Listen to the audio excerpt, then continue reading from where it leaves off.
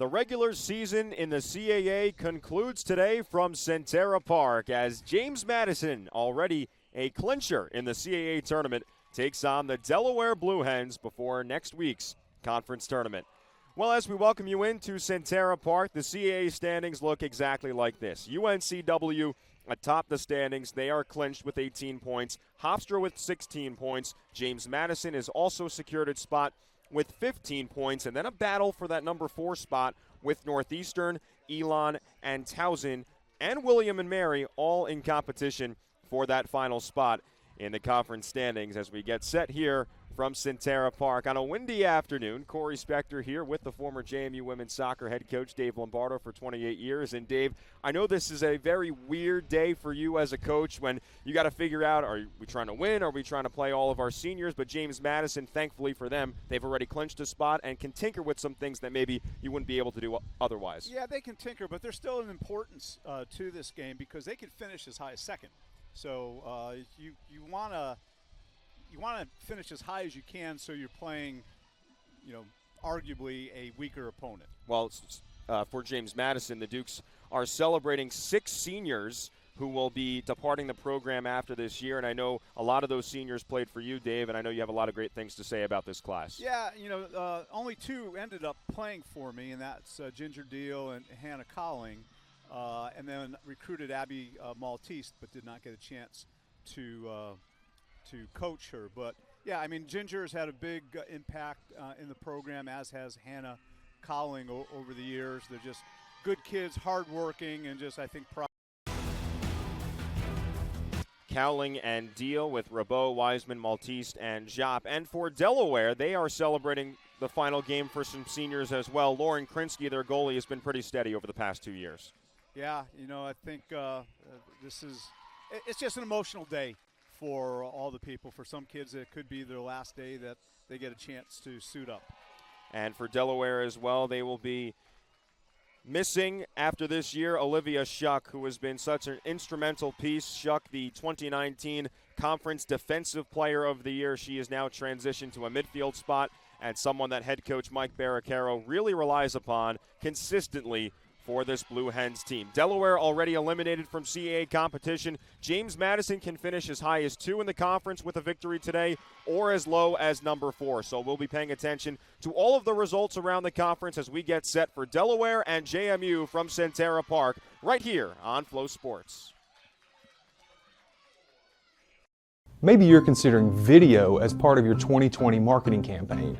It could be over green screen, so you could be anywhere in the world. Ooh la la. Or you could be outside of your office enjoying a beautiful day. Or maybe you need a little drone action. Maybe your business is a little more animated. Let us stretch your imagination to create appeal.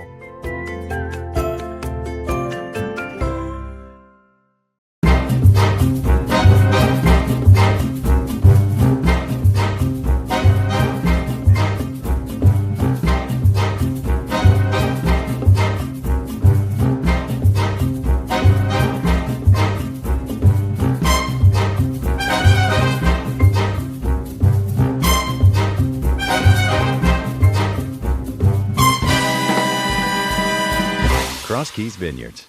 Open daily. At Dick Myers Chrysler Dodge Jeep Ram and Fiat, we service all makes and models. So no matter what you're driving, we have you covered.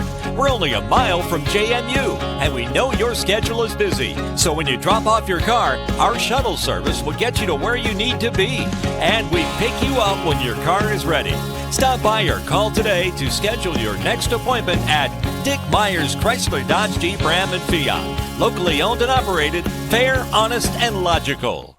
Welcome to Toyota's National Sales Event. Thanks, I'm here for a great deal. Great deals are kind of our thing. You can save on the 2021s while they last, like Camry, Venza, Corolla. Watching them come and go is really getting to my neck.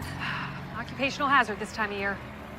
Gotta keep it loose. Lease an all-wheel drive Camry for just $239 a month, or buy one with special APR financing plus up to $1,000 finance cash, or pick an all-wheel drive Venza hybrid with $1,000 cash back. It all ends September 7th. Toyota, let's go places. JMU Athletics would like to thank its Team Madison partners. They are Pepsi and Centera. We welcome you back into Centera Park. Corey Spector here with the former JMU women's soccer coach Dave Lombardo, and let's present to you today's starting lineups. They are presented by Door Gorilla. Door Gorilla is the official garage door provider of JMU Athletics, and the Dukes coming out in a 4-3-3 formation. A lot of familiar starters despite it being senior day, but one player who is in the lineup with it being senior day is Abby Maltese. Yeah, that's a great tribute to Abby. She's put in a lot of hard work over the last 4 years here, and I think that's a nice nod by the coaching staff. JMU coached by Joshua Walters in his fourth year. The Dukes 8-8-1, 5-3-0 in the CAA, entering today with 15 points and third place in the CAA. For Delaware, the Blue Hens are 5-10-2, 2-4-2 in the conference with 8 points, tied for eighth with Drexel under fifth-year head coach Mike Barricaro. They also come out in a 4-3-3 formation. Dave, dealing with a lot of injuries, so Anna Diffendahl is the target striker for them, and they need some consistent attack from her in order to be in line with JMU today. Yeah, I've had seasons like that where you've had a lot of key players and you just feel like all you're doing is rearranging the furniture and hoping that somebody else will step up. Mike also told me that the other striker, D'Apollonia, yes, is out with a mild strain of the LCL. So he's in a situation where people are going to have to step up and play hard. Yep, D'Apollonia is a senior who won't be participating today. Kate Hennessy is a senior forward who is out due to a concussion. Leah Panagiotitis is a sophomore center back who played some consistent minutes early for this team. She is not available for Delaware, so the Blue Hens trying to make things work, a team that is very young as opposed to James Madison that does have a lot of youngsters, but a lot of the veterans on this roster are the ones that are competing for this team. Yeah, what JMU has to avoid is the hangover of clinching, and it's your last home game. There's emotions of the senior, all that stuff that plays into this, and they have to make sure they're giving a legitimate effort. JMU with a win on Thursday against Elon, 2-0. 3 in a row for James Madison. It's the first time this year that the Dukes have built a 3-game win streak. And Delaware, meanwhile, they were officially eliminated from the CAA tournament with a 1-0 loss against William and Mary on Thursday at home in Newark, Delaware. William and Mary outshot Delaware 14-8 in that contest as Riley Friesen scored the lone goal for the Tribe in that contest. So JMU with an opportunity to move up as high as number 2 in the conference, can slide all the way down to number 4, but regardless, the Dukes will be participating in Thursday's conference semifinal at Elon as we are underway from Centera Park. Brittany Munson advances, the right center back for James Madison, a sophomore who has played some crucial minutes for this Dukes team. There is Abby Maltese, 3 in purple, making the start on senior day, the redshirt junior. Wiseman gives to Vanderlinden, back to Wiseman, who scored a beauty of a goal on Thursday night. Mia Pham on the outside, one-on-one. And JMU earns the first corner kick of the afternoon. Thus far, no hangover for the Dukes. It's early. Oh, it is. It's early. I like that they come out and possess the ball right away and don't just lump it into the defending end of the field on the kickoff.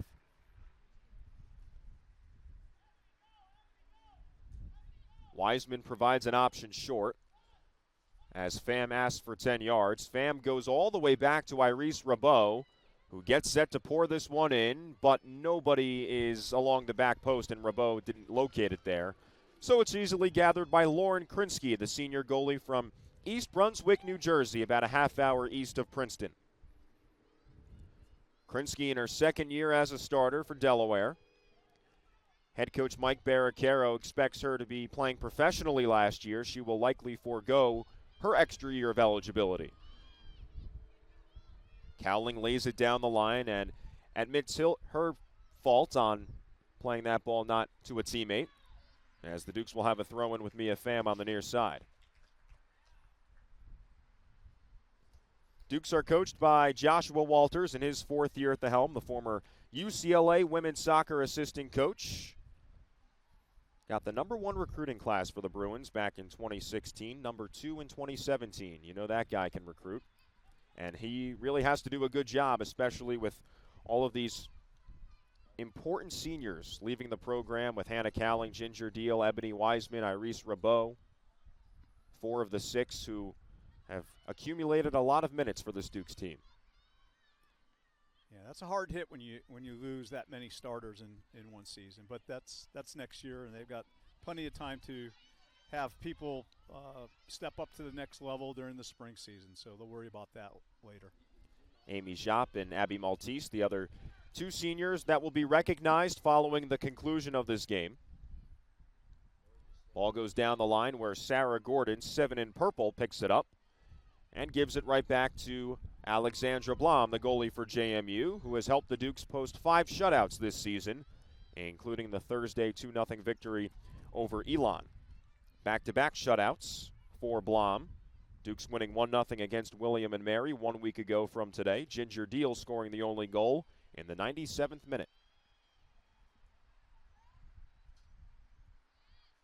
Dukes like to play in the center of the field. They turn it over. St. Ledger shoots, and Blom sprawls to make a beautiful save. You don't see Brittany Munson making many mistakes, but Alexandra Blom fills in for her there. Yeah, that's pretty uncharacteristic. With playing out of the back like that, you do take some chances. All they have to do is strip it, take a shot, and great reaction save by Alex. Laura Fluge will take the corner, 4 in white, the sophomore from Germany, making her 13th start, including the last 5. Rabeau heads it towards the left side where Ashby Larkin clears it momentarily away. A high ball into the box, searching for a teammate, and now Alexandra Blom picks it up for James Madison. Olivia Schuck getting ahead on it for the Blue Hens. Rabeau spins it back to Blom, who finds the outlet on the left side for Sarah Gordon. Larkin to Vander Linden. Seems like the Blue Hens know that JMU likes to play out of the back, and they are pressing with a lot of numbers early. Yeah, I mean, that's anybody who's been paying attention knows that's a preference from by JMU to do that. So you roll the dice. If you can hem them in and you can pick a pass or strip somebody, now you got an offensive opportunity. If you don't do it, you get played out very quickly, and then they're in the other side of the field. Dukes turn it over on the far side of the field, and Delaware now has possession. Pepsi is a proud partner of JMU Athletics and the official beverage provider of JMU. Dukes right now in 3rd place in the conference, UNCW and Hofstra, the 2 teams above JMU. Dukes don't have an opportunity to move up to number 1, but JMU does have an opportunity to become the co-regular season champions in this conference. UNCW has the tiebreaker by virtue of their victory earlier this season against JMU a couple of weeks ago in a 3-1 victory for the Seahawks right here at Centera Park. So the Dukes would need UNCW to lose against Towson today, and Hofstra, who is playing Charleston, they would need to either tie or lose. James Madison would need a victory to tie UNCW with 18 points. A lot of math. You ready for it today, or you're staying out of it? That's why I was a soccer coach. I only did increments of 1.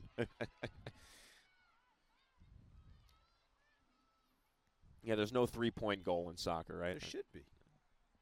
It'd be interesting. Felt that. We experimented with that one spring. Oh, yeah? Anything outside the box, yeah. Just within our own conference at the time. But really? Yeah, just for a spring. 3 points outside the box, 1 point in the box. Huh. We did long corners and we did short corners. So if a ball went out within the from the 18-yard box to the goal, we would take a short corner like field hockey. It was fun. Was it ever a consideration to make it an actual rule? No, too many traditionalists in soccer. Interesting. Yeah. Vander Linden on the far side of the field. Gets to her right foot, serves it for Mia Pham. She shoots, batted down by Krinsky, and the rebound is cleared aside by the Blue Hens. Damali Simon Ponte, 22 in white, forfeits possession as Wiseman has it back for JMU. Wiseman's pass was deflected by Caitlin St. Ledger, and JMU has a throw-in. There's a real solid chance for the Dukes that you have an overlapping right back who's taking shots in the final third of the field. That's where everybody is on point offensively. Mike Barricaro, the head coach of Delaware, he's got a lot of things to diagram against this JMU team. Attacking early. Diffendahl, that's center forward for the Blue Hens as Sarah Gordon intercepts but turns it over to Sydney Wright, 18 in white. Wright, a freshman from Bear, Delaware. The Blue Hens have two players from Bear, Delaware, Sydney Wright and Caitlin St. Ledger, both those players living really just down the road from the University of Delaware, and head coach Mike Barricaro saying that those two are very important for players in the area to understand that you can stay home and commit to Delaware to play women's soccer. Yeah, over the years, Delaware has done a great job of kind of mining the eastern PA, New Jersey, northern Maryland, and Delaware area. It's a good school academically. They've got good history and tradition. Sydney Wright falls down. Field has held up decently from last night's rain, but it's certainly not in tip-top condition. Yeah, the guys will chew it up a little bit more just because of their weight, and a lot of the guys wear screw-ins. Most women don't.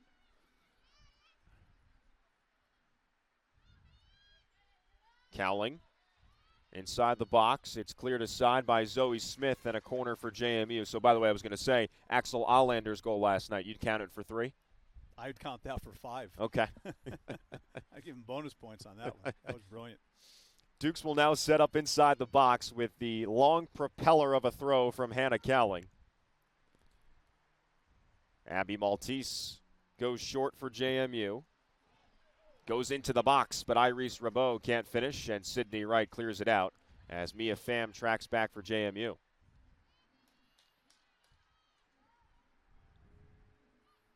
Munson lays it across to her center back partner and Sarah Gordon. And down the line for Hannah Cowling. She has space. Wiseman and Maltese inside the box as the Dukes will give this possession up, and a goal kick for Delaware. Checking the other 4 games going on in the conference right now, and the only game that has a score is Elon against Drexel. The Phoenix have a 1-0 lead. Elon in a battle with Northeastern, Towson, William, and Mary for that final and 4th spot in the CAA tournament, which begins on Thursday. Yeah, you know Elon's going to be motivated because you don't want to be hosting the tournament and not be in it. Caitlin St. Ledger just outside the box, moves to her right. Good defense by Ebony Wiseman, who earns the foul for the Dukes. Our referee today is Carl Kummer, with the assistant referees Otto Leon and Daniel Bava.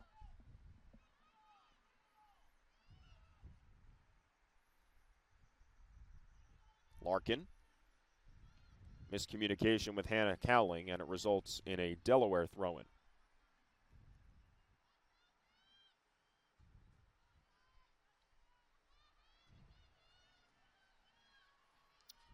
First 11 and a half minutes or so, Dave. Doesn't seem like JMU's play has been off despite it being senior day. Seems relatively consistent. They're not possessing like they'd like to in the final third, but they don't look scratchy whatsoever in their play. No, it looks like right now they're still in that feeling out phase of the game for each side. People are trying to figure out individual tendencies of people that are marking them and just kind of getting their legs under them. Gordon splits 2 defenders, advances into the space. Gordon now changes her speed, and it deflects all the way back to the goalie in Lauren Krinsky.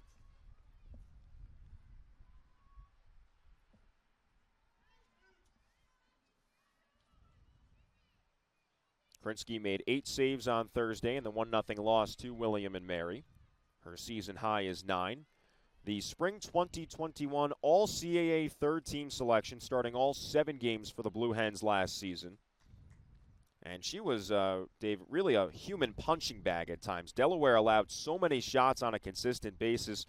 When UNC came into town, and yes, they are the Tar Heels, she made a career-high 15 saves, and Delaware still lost 5-0.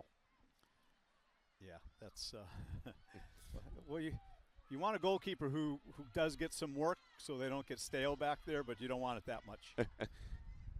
St. Ledger inside the box against Mia Pham. Blom dives, doesn't get the ball, but St. Ledger touches it out of bounds. Goal kick for James Madison.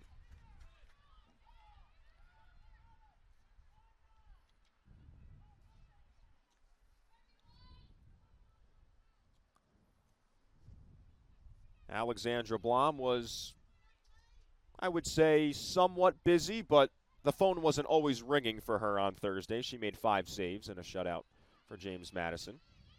Here's Abby Maltese in a pocket of space, makes a nice turn. Ginger Deal was in an offside position, and the assistant referee will call it. Morris Insurance and Financial is the presenting sponsor of this JMU Sports broadcast. Morris Insurance and Financial, serving all of your insurance needs since 1944. Off the free kick, St. Ledger heads it to Diffendahl, who aims to spray it on the outside for St. Ledger, intercepted by Iris Rabot. One of the 6 players celebrating their final home game for James Madison. Pham knocks it into an open area. The redshirt sophomore only stands at 5'1", but her play throughout the season has consistently gotten better and better. Oh, absolutely. And I think I said this to you before. She wasn't recruited as a defender. She was more of a midfield player. So it takes a little time to get used to that. She has really good feet and a very good technical player and good vision for entry balls. So, yeah, they get some things out of her offensively. Abby Maltese. Now for Wiseman. Pham provides the option on the outside, and she receives. Cuts into the inside, gives it to Deal, who floats it in for Vanderlinden, but intercepted by Zoe Smith, one of the 2 center backs for Delaware, along with Lauren Elwell. And Mia Pham to throw it in. Zoe Smith, 16 in white. She's a transfer from Mississippi State. Head coach Mike Barricaro said that Smith could have come into the program, walked into Delaware, and demanded playing time right away coming from an SEC program, but she didn't. And she didn't play early on in her career as Alexandra Blom clears it to the opposite side for Ashby Larkin. Didn't play early on with Delaware, but as the years have gone on, has earned the trust of Barricaro and now playing a very important spot as a center back for the Blue Hens. Yeah, that's never a good team dynamic when you come in and you start trying to demand situations if you haven't done anything yet. So that was smart on her part to handle it that way. Now starting her 18th game of the season, and this is game number 18 for Delaware. And she is going to be coming back for her 5th year of eligibility, according to head coach Mike Barricaro.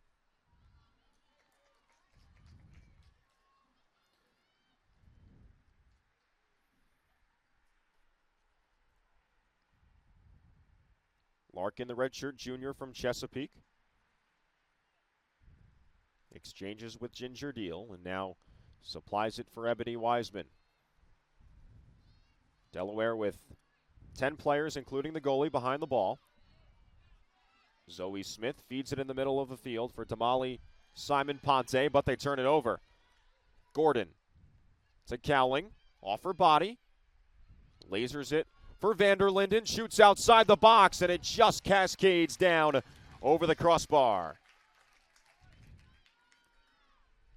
Good quick ball movement there by the Dukes. That played through about 4 or 5 different players before we get a quality opportunity. Nice step by Sarah Gordon to jump that pass.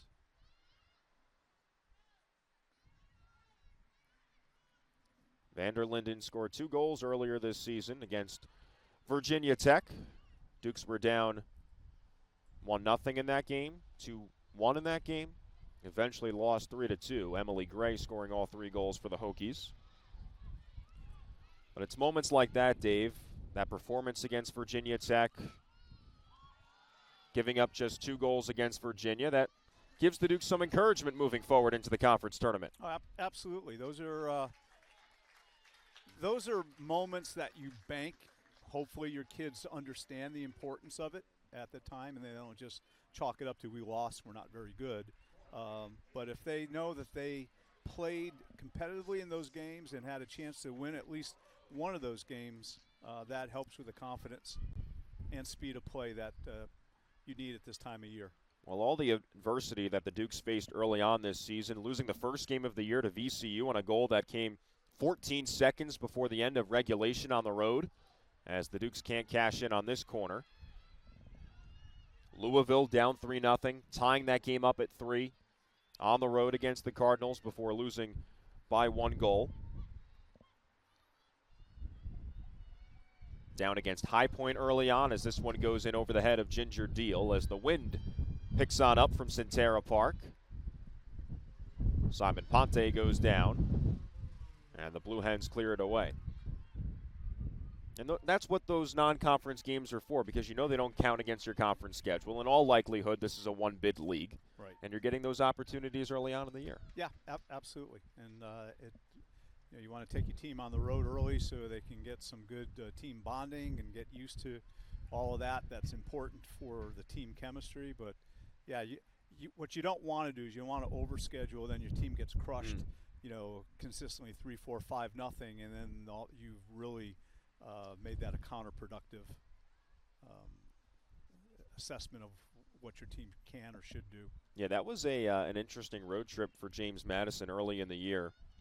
They go to Louisville, and they're supposed to play Ohio. That game was ruled no contest after an extreme weather delay. But the Dukes got out to the Underground Railroad Museum, I believe, during that time and did some interesting team bonding activities on the road. And became a nice unit together.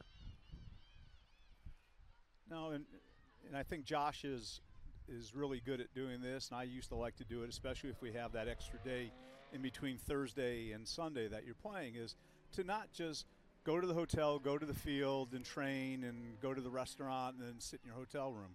A lot of the kids, it's an opportunity to have international kids that have never seen this part of the United States, so get out there and see what's going on in the world.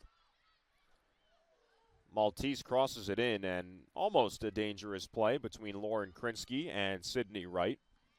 But Krinsky called off right, and so Delaware now has possession.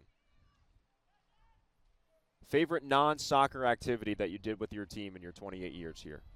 Ooh, favorite.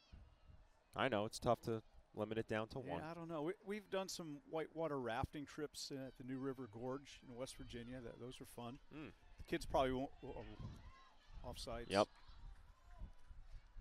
What else stands out? The kids really liked the whitewater rafting part of it. They didn't like the camping part of it. I know that for a fact. Carly Skladany is probably still scarred from that. Her idea of camping is going to a Marriott Renaissance. Oh, man.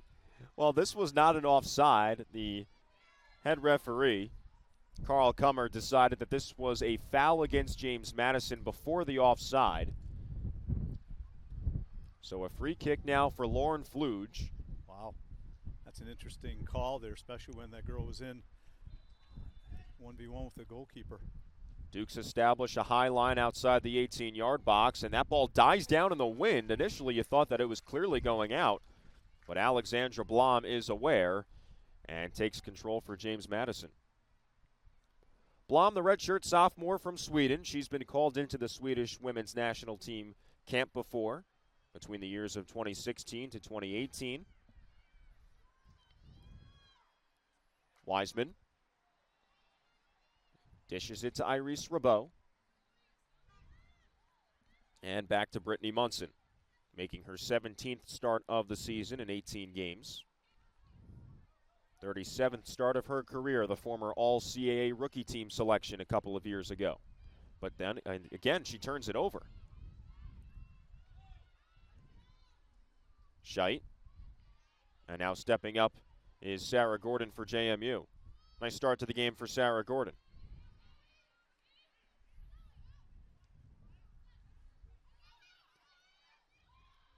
Yeah, the Dukes have been a little loose with their passes. They've been missing open targets, or they've been playing it behind them. Just the timing right now seems to be not spot on. Joshua Walters and Mike Barricaro, both coaches, have yet to make a substitution in the first quarter of the game, let's call it. Simon Ponte up to Diffendahl, spins off of Sarah Gordon, lays it out wide to Joan Scheidt. Here comes the cross, dies down in the wind once again, and Iris Rabot heads it away. Schuck turns it over. Wiseman fizzes it towards the near side for Hannah Cowling, but there to intercept is Sydney Wright. Two defenders there for James Madison. Open space now for St. Ledger, who shoots towards the opposite post, maybe looking for a deflection from Anna Diffendahl, and it goes just wide.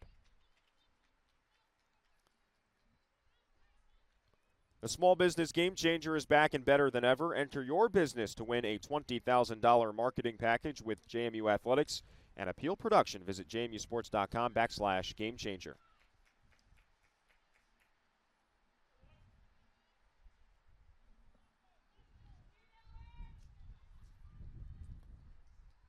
Blom turns it over off the goal kick.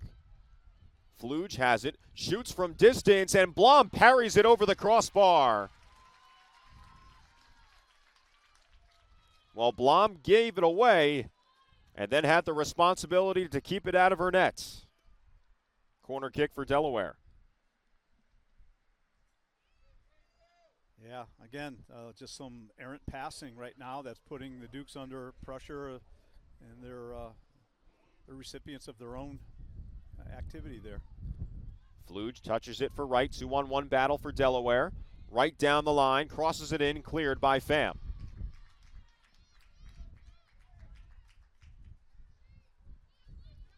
Two-on-one on the corner flag. You're taking that every time? Yeah, if they don't send out a second defender, absolutely I would take that.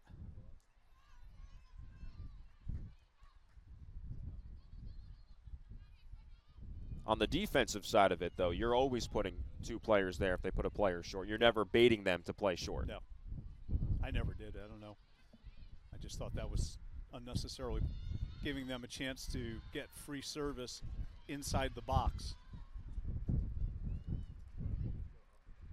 Yeah, as this wind picks up, Dave, a lot of these balls have to be played closer to the ground than in the air. I know you were saying Delaware was a place that oftentimes the wind would play a huge factor in the result of the contest. Yeah, and it would run north and south on the field instead of east and west like here. And that was a huge advantage of whoever had the wind. Sun also begins to peak here from Harrisonburg. Wiseman turns it over. St. Ledger touches it for Simon Ponte. Diffendahl to Olivia Schuck, the fifth-year senior from Medford Lakes, New Jersey, just outside of Philadelphia. Nobody home on the cross on the far side by Joan Scheidt. And the Dukes have it with Sarah Gordon.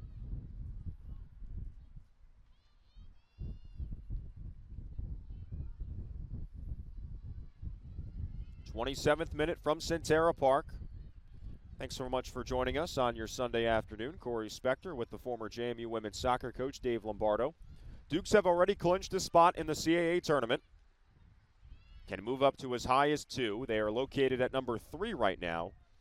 And with a loss and a Northeastern victory, the Huskies would move into the number 3 spot and JMU would fall to 4. 4-team tournament that begins on Thursday at Elon.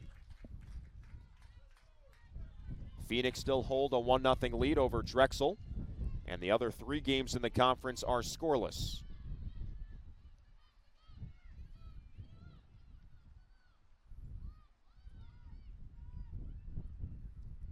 You like how the conference makes sure that all these games occur at the exact same time on the final day? Yeah, I think that's important that happens so people don't start gamesmanship of, do I finish? if I lose this game, do I finish third? Do I finish fourth? You know, how many goals do I need? Just go out and play.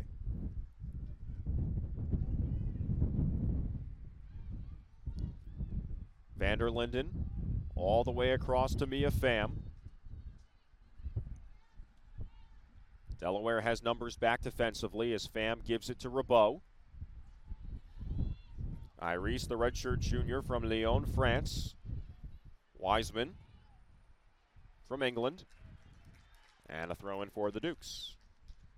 The Dukes are kind of falling into what the men did last night. They were taking a lot of time to get through the neutral third of the field into the final third of the field, which allowed Drexel last night to get 10 players behind the ball. Well, Delaware's doing the same thing. So if they can quicken that pace and play between the lines and get into that final third a little bit quicker, you're going to find more, 4v6 situations instead of 4v8. The men clinching last night for James Madison, a spot in the CAA tournament with a win over Drexel, 1-0. Dukes getting the red card by Rodrigo Robles in the final 20 minutes, but JMU scoring off a rocket of a shot by Axel Allander. Munson to Pham. Hounded by St. Ledger. Deal to Pham. The right back into the space. Looks for Cowling. And the Blue Hens have it back with Lauren Elwell. That was a good, worthwhile searching ball by Mia. If it didn't get through, but if it does, that puts Hannah Cowling in all by herself. Sydney Wright on the left side, and Zoe Smith, the left center back, clears it out of play. All right, here's your weapon, Dave. And she has a little tailwind, too, so hopefully they anticipate this. We got too many people on the near post. This could go right over their head. Over the head of Deal. Yep. Back to Vanderlinden. Larkin lofts it into the box, and Lauren Krinsky secures it for the Blue Hens. Don't know if that was a shot or an attempt to just serve it to the back post, but when you're in the box like that and you are unattended, you just need to put your head down and whack it. Simon Ponte coughs it up. Sarah Gordon stepping up once again. Rabeau goes long to Abby Maltese, the redshirt junior who has 3 goals in her career. Throwing for James Madison. Maltese scoring in her second ever game against Maryland back in her freshman year, and scored her second goal in her third ever game against Villanova. Had one as a sophomore against Towson, has not scored since. Cowling heading it for Deal, the 2 fifth-year seniors for James Madison. Pham back to Rabeau.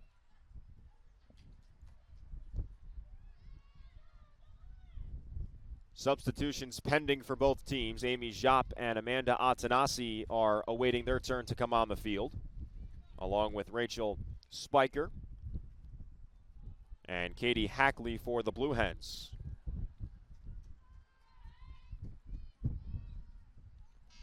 Throw in for Delaware, and here come the subs on the Delaware side. Maybe they're going to wait for the next turn. Yeah, I think it was a handball. Yep, some confusion here with the official scorer as well. And so just inside the sideline, the free kick taken by Lauren Elwell. Meanwhile, Hofstra has taken a 1-0 lead over Charleston. Elwell blasts it in towards the 18-yard box. Wiseman boots it away. Dukes push up their line. Smith lobs it back into the box. Great service as Munson heads it away. Stays just outside the 18 for St. Ledger. Cowling bodies up with St. Ledger and wins possession for James Madison. Early on this season and into the middle portion of the year as well, Joshua Walters would basically platoon Ginger Deal and Hannah Cowling at that top center forward spot, but it seems like with Deal and Cowling on the field, the Dukes get the better of their offense. Yeah, and I also think it speaks to, wanting, you have 2 fifth-year seniors in there. You've got some maturity and some leadership, and I think he understands that that's important as well. Rabeau with her head up. Dishes it back to Vanderlinden. Down the left side for Ashby Larkin. Larkin falls down on a collision. Gets the corner. Yes, she does. And now the 4 substitutes, 2 on either side. Make it 5 as Kaylee Zack is also on for James Madison. Amy Jopp, though, getting her first time today. She is celebrating her final day at home for James Madison. Jopp, the graduate student from France, struggled with injuries early on this season, missed the final 3 games in September, but has now come on for the 12th time this season. And Rabeau, Cowling come off the field.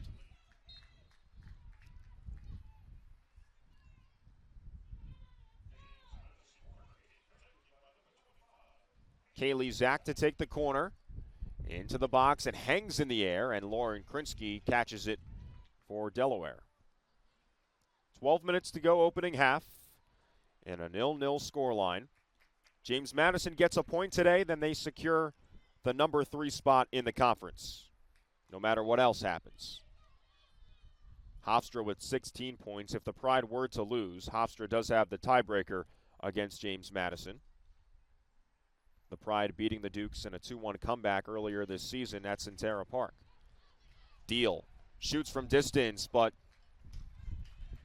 got under it a little too much. Didn't get her chest over it. Yeah, she was trying to bend that into the back post. Sometimes, again, you just need to put your head down and put your foot through it.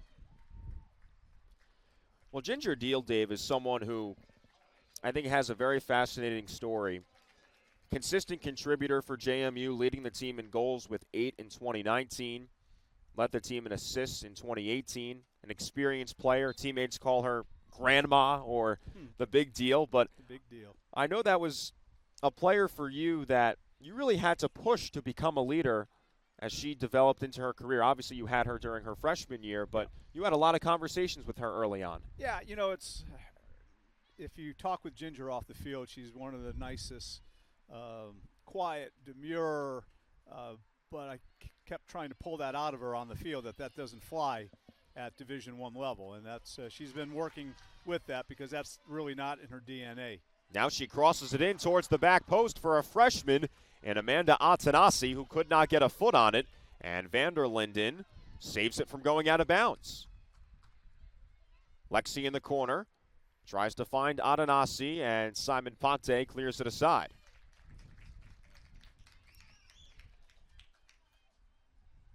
Wiseman. Everyone on the team calls her Ebbs. And Simon Ponte clears it. Zach heads it down and then commits the foul. But to finish the point about Ginger Deal, originally recruited to San Diego, former head coach there, Ada Greenwood, was let go after the 2016 season. And with the coaching change, she approached James Madison and said, I'd like to come here. Yeah, well, I think, the family was in the throes of possibly moving. They're from Virginia originally, and they were looking at possibly moving back to Virginia. So I think there were a couple of schools in Virginia that they were considering. JMU was one of those. And I said to them, I'd be happy, but I'm not going to take her sight unseen. And we had a one-day clinic in March, and they flew her cross country. And I watched her, and after 15 minutes, I knew that she was going to work. And so things worked out, and she ended up coming here. Her parents ended up moving back to Virginia as well, and her younger sister is also a student here at JMU. Whole family affair. Did that show you a lot of commitment, though, that she was willing to take that cross-country trip? Oh, absolutely. And, it's that whole I hate to sound like a Captain Obvious cliche machine, but nothing ventured, nothing gained. And, her only opportunity was for her to be seen.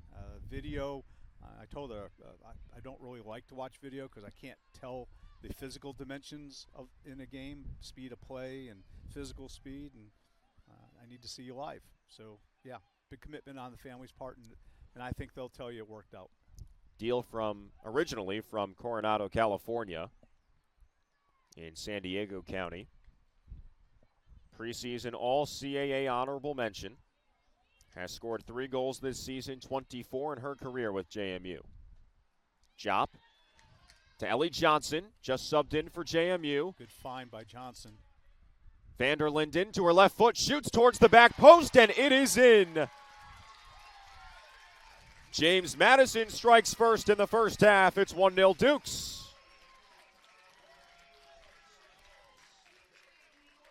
That was set up by quick movement. What we were talking about, movement through the lines quickly. Now you're involving an outside back who makes an underlapping run, finds somebody on the opposite side, and Lexi just jiggled a little bit and found the open space. Ellie Johnson's going to pick up her second assist of the season. That also came on a goal scored by Lexi Vanderlinden in that contest against Virginia Tech. For Vanderlinden, it's goal number 3 on the season and number 3 on her career, the redshirt freshman from Bradenton, Florida, playing at IMG Academy during her high school days. And as the result would hold right now, James Madison would be in third place, with Hofstra leading in their contest against Charleston 1-0. You're still not into the scenarios and all the math? You're staying out of it still? I'm staying out of it. Okay. Just making sure. Let me know if you want to get involved at some point. I don't do well with what-ifs. I had assistant coaches that would figure out all this stuff and just let me know where I was going and when I was going. Throw in here for the Blue Hens. I'm a big picture kind of guy. Oh, yeah. When you coach somewhere for 28 years, you got to have a big picture mentality. Yeah. Well, on the Delaware side, Mike Barricaro, the fifth-year head coach, he was very confident going into this game that despite the struggles this season, that his younger players would want to put their best foot forward for those seniors playing in their final contest today. Yeah, you know, there's an aspect of sport called pressure. And when the pressure's off, you can just go and do things. You're freewheeling, and, you know, sometimes teams and players have their best game when there's nothing to play for because they don't have to sweat the small stuff. You sweat at the small stuff all the time, though. Yeah, that's what you do as a coach. You worry about everything. Fluge goes towards the outside, now to Olivia Shuck, fifth-year senior, a captain, 23 in white. Down the line for Sydney Wright. Ellie Johnson defends. Wright tries to utilize her speed, and Ellie Johnson wins it for James Madison. Throughout the year, Dukes have had 2 great options at that right back spot with Mia Pham and Ellie Johnson. And neither one of them are defenders by trade. Ellie was a kind of a defensive center midfield when I had recruited her. So, again, takes some time to get used to all that. Swiss Muhammad substitutes in for James Madison. Ginger Deal gets a big round of applause from the fans and a high five from head coach Joshua Walters. Deal smiling towards the crowd as she receives some water. I used to call her the real deal.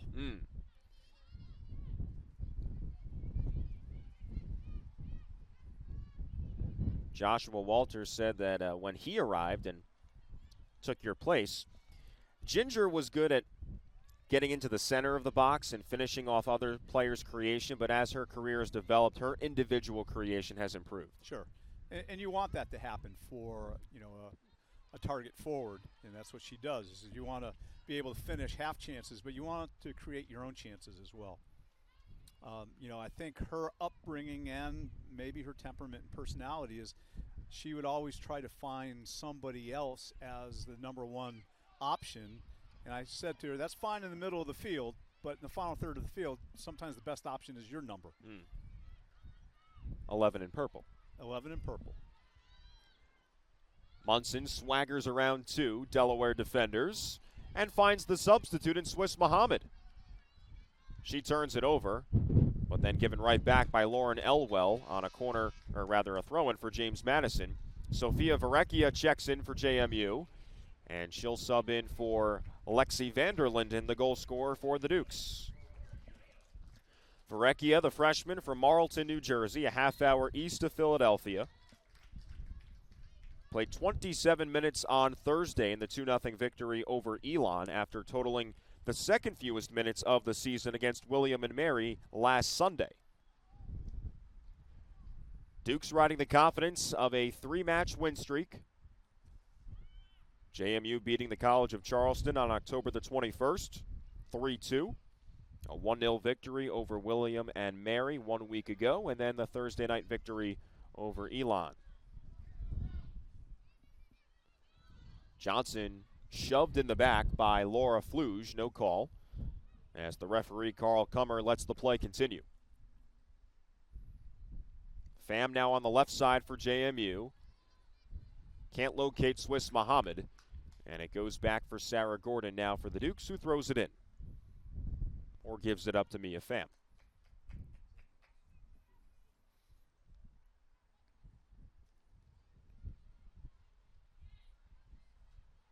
Simon Ponte for Delaware. And here come the Blue Hens. But JMU gains possession back. Ebony Wiseman. Not consistent from both teams right now in possession. No. We used to always talk about, as a pastor, you have a responsibility to give your teammate a user-friendly ball, not to get them something that they were going to have to overreach for or end up playing the wrong side of the defender and get kicked. So I think they need to sharpen that up for halftime. Yep, 2 minutes to go before the end of the first half. Dukes leading 1-0 on a goal by Lexi Vanderlinden.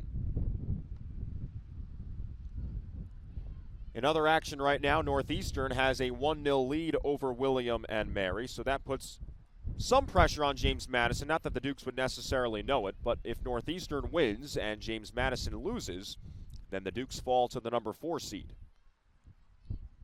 Shuck, wearing the captain's armband, receives it down the right side with Varecchia defending, pokes it out, and a deep throw in for the Blue Hens with 1:20 to go in the first half.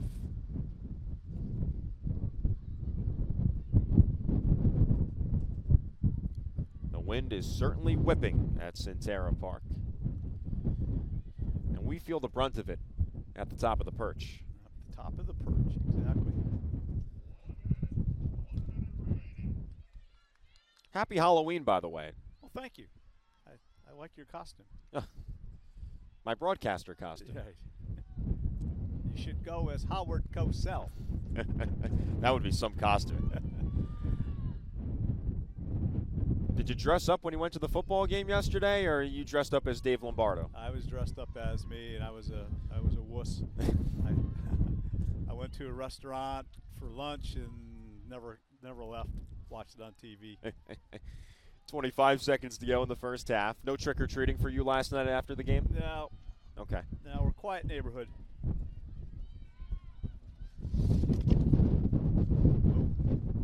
Into the box, and Blom steers it towards the opposite side with 10 seconds to go. Man, this wind is certainly playing a factor right now as Varecchia clears it out, and that's how we go to halftime from Centera Park, where James Madison has a 1-0 lead off a goal by Lexi Vanderlinden.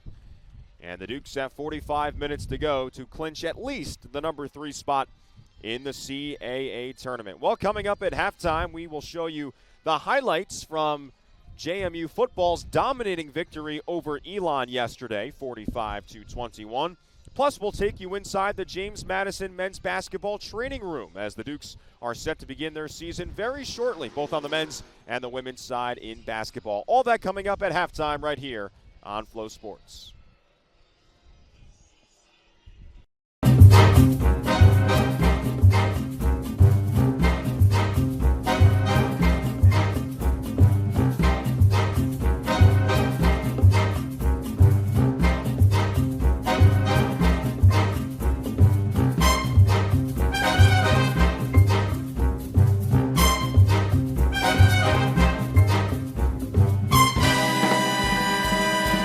Cross Keys Vineyards. Open daily.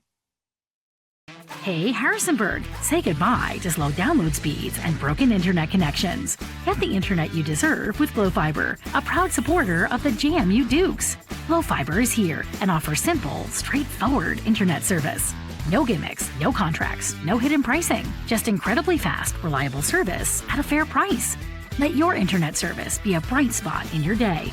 Visit glowfiber.com and see about your availability. Glow Fiber, brought to you by Chantel.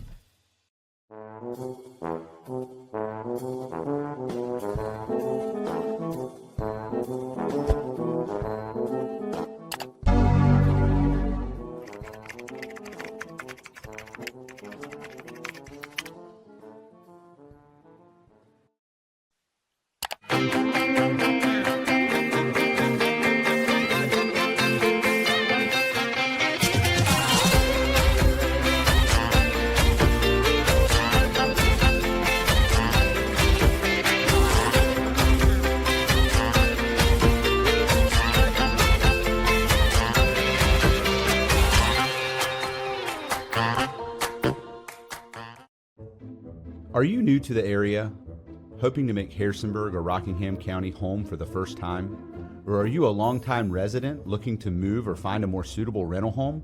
Look no further. Let Reiner Rentals help make the search for your dream home simple and enjoyable.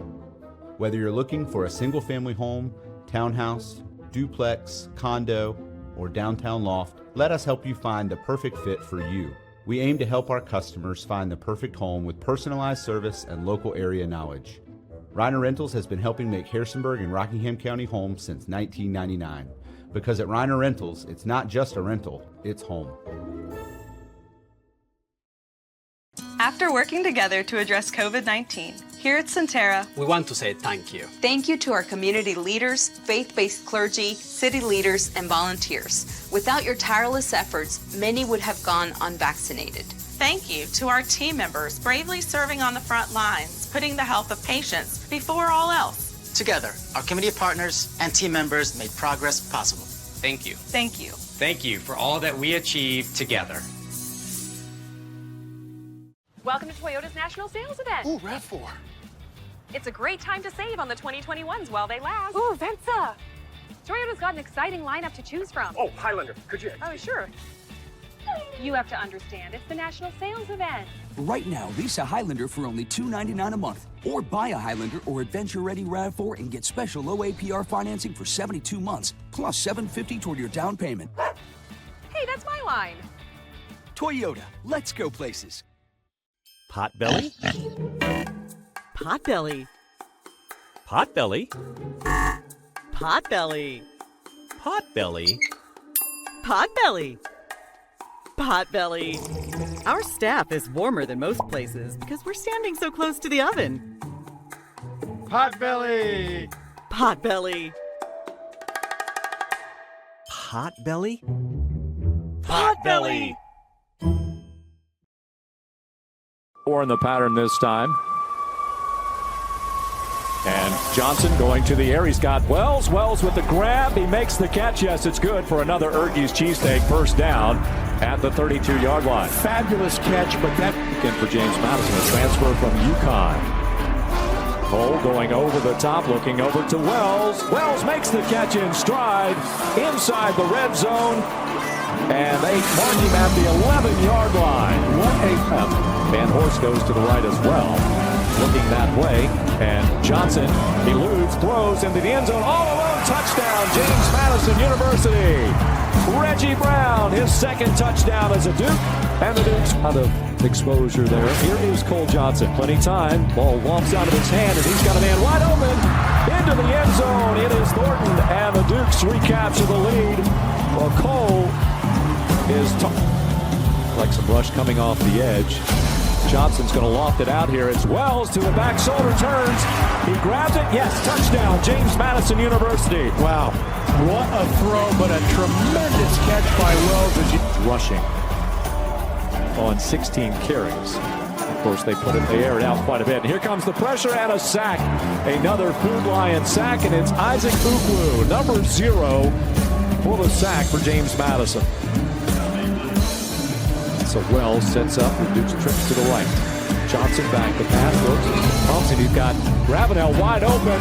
Ravenel touchdown. Talk about speak of the devil. There he is. And again,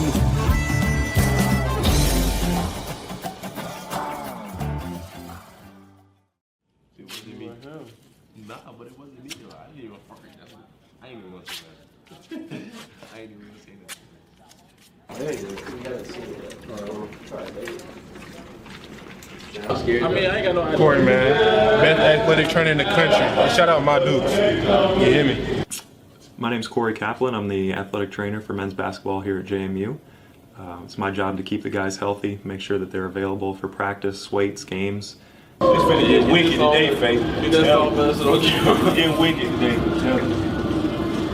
Yes, sir, Zoe. I'm not losing. Definitely better. It's a gas card. You always use gas. Always. Let's take off. Okay. Is it still there, or do you feel it a little bit? I do feel it, but it's a lot better though. A lot better. Yeah. I'm mentally tough, physically tough, just tough. I'm a week for real. Getting you ready for your boxing. Nah, you can breathe. One of the women's coaches told me I needed a haircut today. His braid is not sticky. Look at his hair. It's braid. If you get Should I keep growing it out, or should I cut it? If I grow my hair out, I'll start looking at my face. I ain't gonna lie, I was like this close to cutting my hair If Corey get braids, I will bald. He had khakis on. Arm did not touch rim and khakis. That's impressive. That's impressive. Did he try? No, he tried and he was like real out there. I didn't say he touched it. If he touched it, he touched it. He would have not tried. There's no try. Because I told him, I was like, if you tried and then do it, I was like, oh my God. I was surprised. It's pretty good when your entire support staff can touch the rim. Just got done taping the guys, getting ready to head out to practice now. See you in a couple hours for rehab and recovery.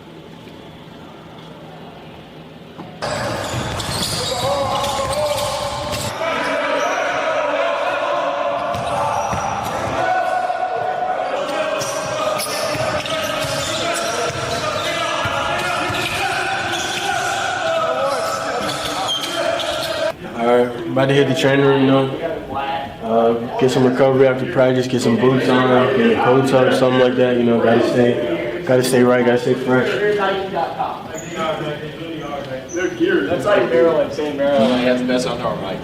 Yeah, I know. After a good workout, recovery is the best thing for you. Getting the cold tuck, get right into it. It's the best thing for you, man. I usually get in here about 5 minutes and then do the hot tub 5 minutes. You know, just kind of refresh your legs, kind of give you some compression, stuff like that, you know, just so you can go home and relax the rest of the day, like getting cramps or nothing like that. High school was fun. They drew position for football. Quarterback? Quarterback. Play quarterback? Throw down dots. Weird. I gotta go. That's my cue. You've heard it all, huh? That's my cue. Boy, it's cold.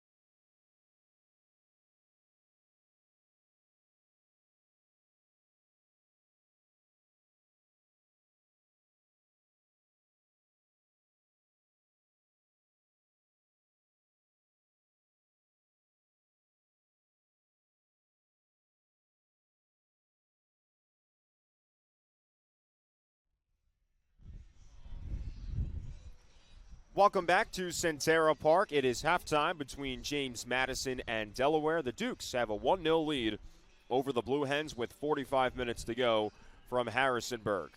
James Madison right now in third place in the CAA beginning play today. UNCW and Hofstra are the two teams ahead of the Dukes. All three of those teams have clinched a spot in the CAA tournament. Northeastern, Elon, Towson, and William and Mary all vying for that final spot in the tournament, which begins at Elon on Thursday. In terms of results that are going on right now, Northeastern has a 1-0 lead over William and Mary, so that means if the Huskies were to win and if James Madison were to lose this contest, that the Dukes would fall to number 4 in the conference. Towson and UNCW are in a 0-0 scoreline at halftime.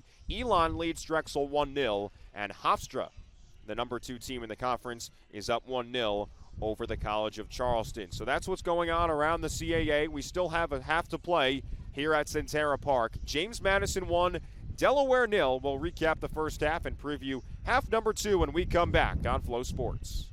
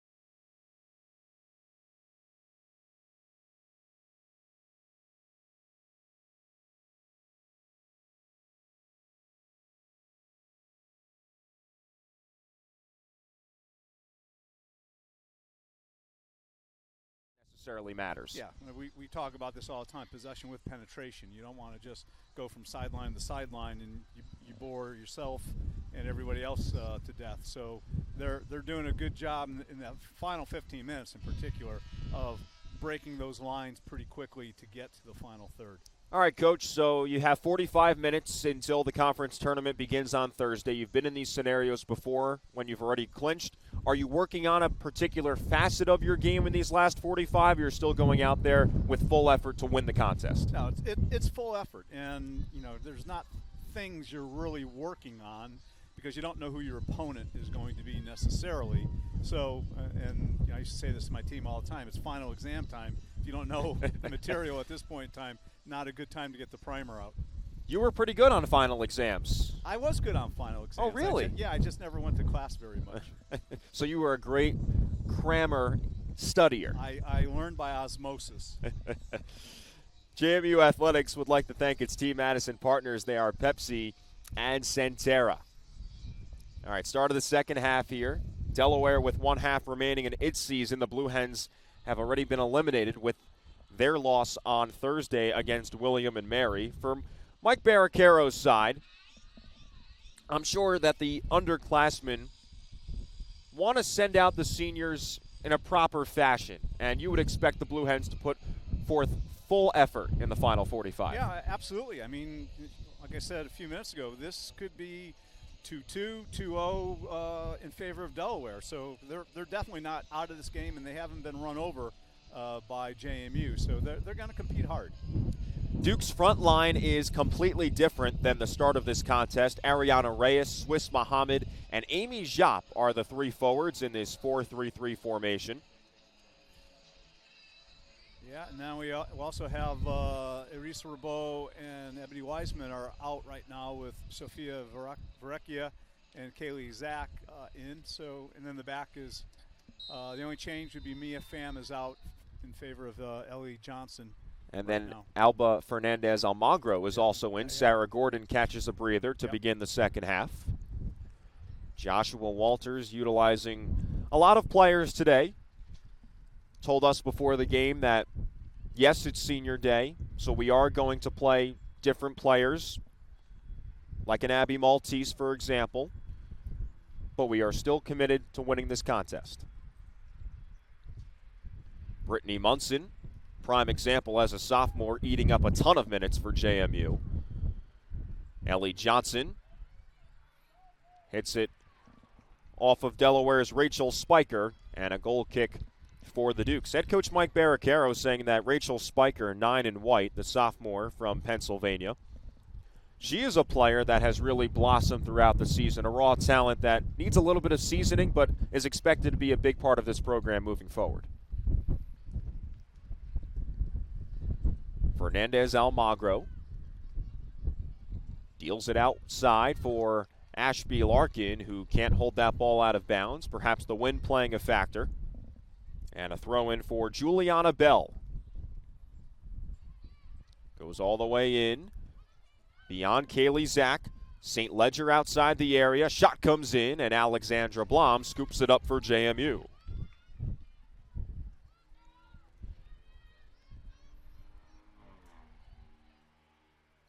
Also wanted to ask you, Dave, the new rule over the past couple of years of a goal kick that can be played inside your own 18, you enjoy that, or you like the traditional way you got to play it outside the 18? No, I don't mind it.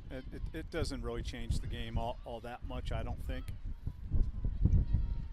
Blue Hens advancing. Fernandez Almagro going up against Anna Diffendahl, and Fernandez Almagro opts to play it out. You know, the only change that helps are there are some situations where goalkeepers aren't as comfortable with their feet and playing long balls up the field, so they can play a short ball. Now your center back is putting it 40 yards, 50 yards up the field. But no, I don't mind that.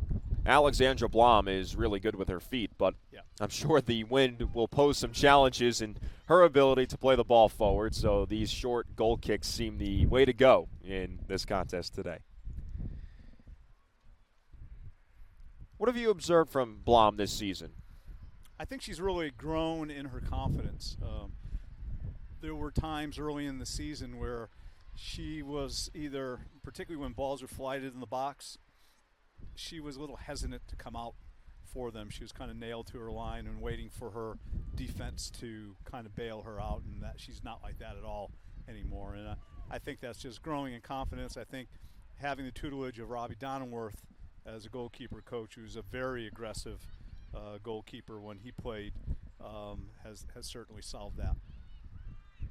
Donenworth, short in stature, but not necessarily in effort and appreciation and heart. Heart, and he was a kamikaze when he played. So here come the Dukes. Varecchia Goes inside for Swiss Muhammad.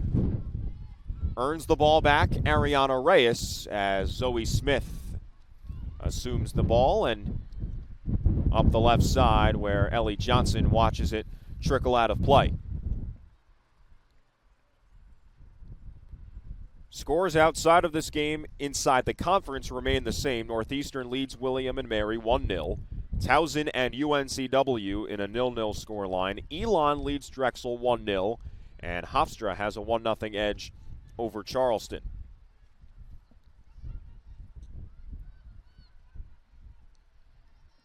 As things would stand right now, UNCW would be the number 1 seed, Hofstra the 2, James Madison the 3, Northeastern the 4. In a scenario in which Hofstra and UNCW are tied with potentially 19 points, UNCW would have the tiebreaker. Yep.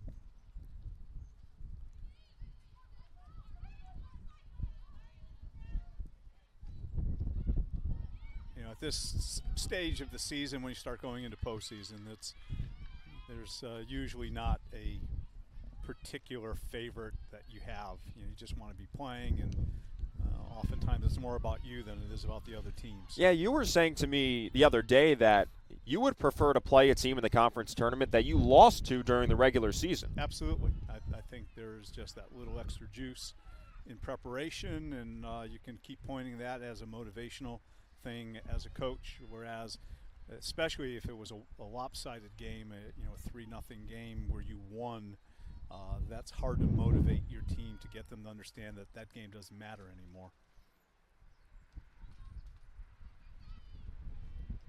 Ball takes an awkward deflection, but James Madison with Kaylee Zach clears it aside.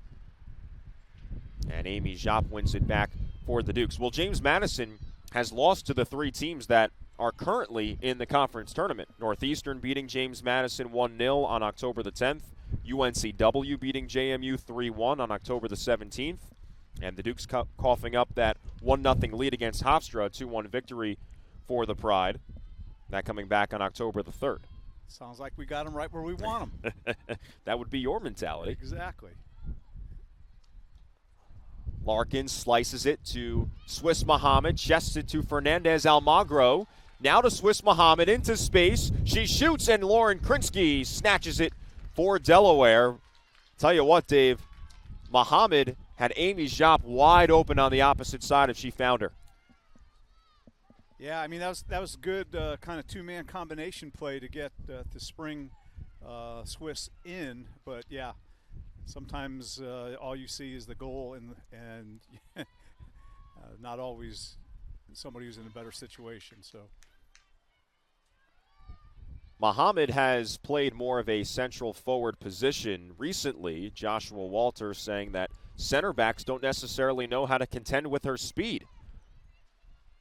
Yeah, I think that's fair. It's center backs generally are not your faster players, although Brittany Munson's probably one of the quickest on JMU's team. But when all of a sudden you've got somebody who's just dragging you all over the field and has that extra gear that it's hard to contain, that really puts them in an uneasy situation. Munson swivels away from the defense of Olivia Schuck. Vanderlinden goes back to Fernandez Almagro. What differences have you seen this season between what Sarah Gordon gives JMU at that left center back spot and what Fernandez Almagro gives them?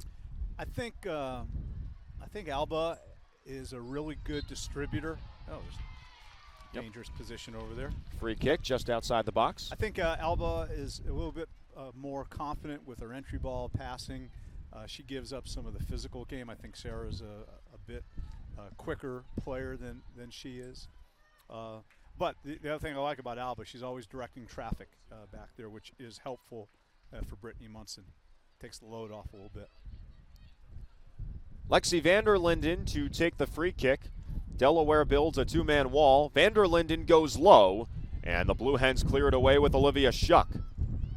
That's not a bad idea. A lot of times everybody's waiting for that lofted ball to the far post, and you play a quick one on the ground on a near post, you might catch him by surprise. Worth the shot. Amy Japp called for offside. Pepsi is a proud partner of JMU Athletics and the official beverage provider of JMU.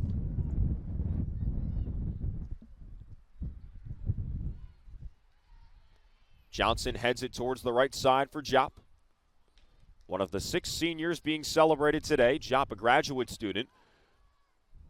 Muhammad leaves it for Vanderlinden, and it goes off of Lexi, sporting those neon cleats. And a throw in for Sydney Wright and Delaware. Mike Barricaro gushing praise before this season for Sydney Wright, calling her an absolutely incredible kid. Everything you'd want as a college soccer coach, an incredible player that has an incredibly high ceiling and also has an infectious personality. She's as fierce a competitor as I've ever recruited. And Barricaro has done a lot of recruiting over his years. Former assistant at UMBC, Rutgers, Charleston, head coach at Iona. Spent 2013 to 2017 as an assistant coach with NC State. Swiss Muhammad speeds forward, lays it towards the left side, but not enough juice on that pass for Ariana Reyes. And a throw in now for the Dukes. You and Barricaro ran into each other a whole lot during the recruiting trail days. Oh, absolutely. I knew Mike when he was still with Rutgers. So, yeah, we have had some good discussions on the sidelines. We've had some good competition on the field. Good guy. Well, I spoke to Barricaro independently from you, and I'll continue this point after this opportunity for Delaware. Shot from the outside, and it goes wide of Alexandra Blom off the foot of Rachel Spiker. And, Dave, I don't know if you know how instrumental you have been to Mike's career. Mike called you a pioneer in this sport. I know it makes you laugh. Me and Davy Crockett, right? Well, he said that during those recruiting days that you could have easily just looked at him the other way and gave him the wave and moved on with your life, but you would always make the time to have a discussion with him and provide him pointers in his career. Yeah, I always felt a responsibility. We'll hold this thought for a minute. Reyes, Deeks, shoots, Krinsky kicks it away. Skate saving a beauty. Larkin now for JMU. She falls down as Juliana Bell makes the defensive play for the Blue Hens. I always felt I had a responsibility as a head coach. It was to promote the game and promote the people in the game that I thought were doing the right things. And, I like Mike. I think he's one of those kind of guys that has a good balance of what it's supposed to be a coach. It's not just about wins and losses. It's how you treat people and the culture that you bring to a program and the class, style, and dignity kind of things that were always big for me. And I thought it wasn't my responsibility to big league anybody because people gave me chances. I think a lot of people would appreciate that mentality, Dave. And I'll read you something that Mike exactly said. I always thought it was amazing what Dave did, not having the same name brand as other schools. He made James Madison important, that smaller school into a bigger school, into a soccer powerhouse. Dave Lombardo was an inspiration for me. I wanted to compete in a conference with him, and that's why one of the reasons why he took the Delaware job. Well, that's awesome. Thank you, Mike. You wrote that you said that just as I wrote it. Off the free kick, the Blue Hens have it as it floats in, and Blom snares it. A lot of traffic for Blom to contest with, and she was playing around in the corner previously before Delaware had that free kick. Reyes booms it, seeking Swiss Muhammad. And the Blue Hens have it back with Lauren Elwell. Caitlin St. Ledger, who has played the wing position, at least to start the game, has dropped back into a central defensive midfield role. Blom lasers it down the right side, finds Amy Japp. Good touch by Amy. Then looks for Swiss Muhammad, but is bodied off the ball by Elwell, which allows Lauren Krinsky to scoop it up for the Blue Hens.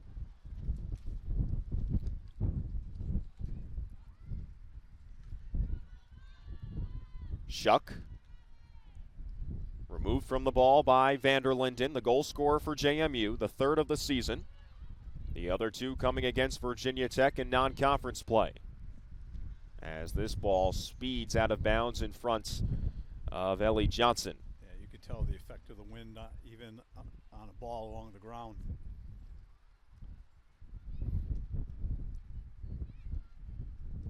St. Ledger goes back to Elwell. Again, the ball's path changing its initial direction as Elwell had to step up really quickly for it.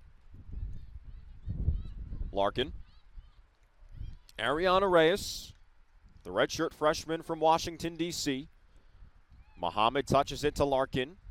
Zoe Smith bloops it in the air. And Ashby Larkin on it first for James Madison. Jop. Varecchia. Crosses it in. And easily gathered by Krinsky. Hofstra has taken a 2-0 lead over the College of Charleston. That game in the 62nd minute. Ellen Halseth and Georgia Brown getting the goals for the Pride. Right now with UNCW tied up with Towson, both those teams would finish with 19 points, but UNCW would still have the tiebreaker. James Madison has an opportunity to be a co-conference champion if a couple of results go their way as well. Larkin lays it towards the left side. Muhammad. Double team approaches her. Muhammad. Reyes touches it around Fluge. And the Blue Hens now move forward. Diffendahl against Munson. Brittany takes her down, but hip checked her. And she's going to receive a yellow card. Agree with that decision by the referee? I think that's harsh. I think that they were both going for the ball, and she wasn't trying to stop the breakaway, from materializing. They were both competing hard for it. Carl Kummer, the referee, making that decision. And now draws up the spray paints as Laura Fluge sets up for the free kick. With this angle here, can you go for goal, or you're probably crossing it in? I would go for goal with the wind at my back here, especially as such a small wall that we have. And there it is. Laura Fluge zips it in. Alexandra Blom on the opposite side. She couldn't catch it, and Delaware knots it up at 1. Yeah, that had a lot of things pointing in the wrong direction for the Dukes. They had 3 of the smallest players on the field were in the wall, which surprised me. Jop, Muhammad, and Reyes, the 3 forward players for James Madison. Yeah. And the Dukes concede. Laura Fluge, the sophomore from Germany, with the goal, the second of her career. The first coming 2 weeks ago at Drexel in a 1-1 tie. As this stands, a point is good enough for James Madison to keep its third positioning in the conference, but that would be it. The Dukes would have no opportunity to push up to second, although Hofstra has a 2-0 lead over Charleston, so that opportunity is waning away. Moot point, yeah. Now you're getting into it. I know. I told you you'd swing around to it. You're dragging me into it. Pulling you through the mud. Ellie Johnson. Slightly shoved by Rachel Spiker. No call. And the Dukes throw it in with Larkin. Hannah Cowling and Ginger Deal, the 2 fifth-year seniors, getting extended minutes on the bench right now for Joshua Walters.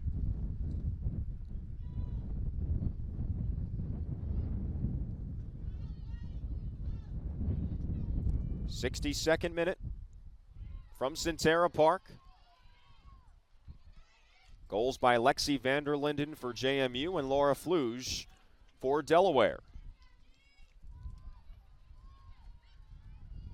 Muhammad spins against Elwell, who makes a beautiful tackle.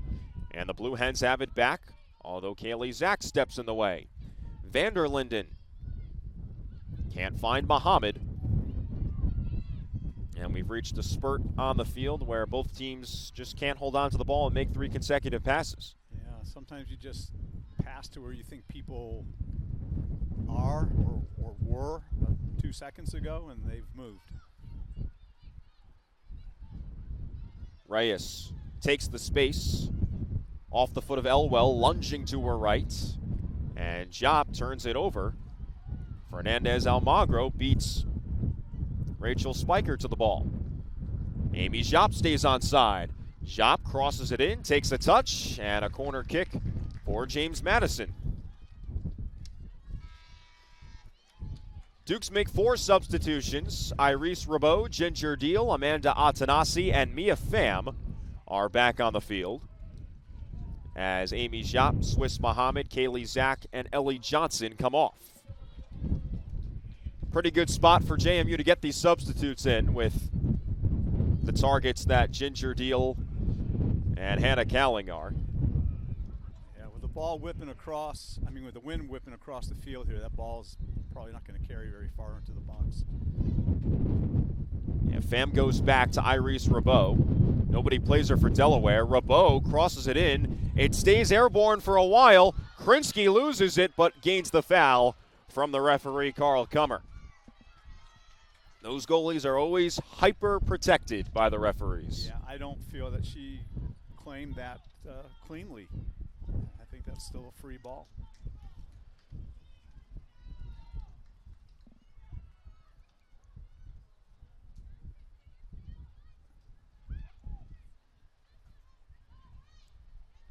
Mia Pham, after placing that corner kick in, now distributes up the right side for Atanasi. Takes a big touch and then earns the foul for JMU. Atanasi, the reigning offensive player of the week in the CAA, following her 2-goal performance in just 45 minutes against the College of Charleston last Thursday. The first of 3 consecutive wins for James Madison.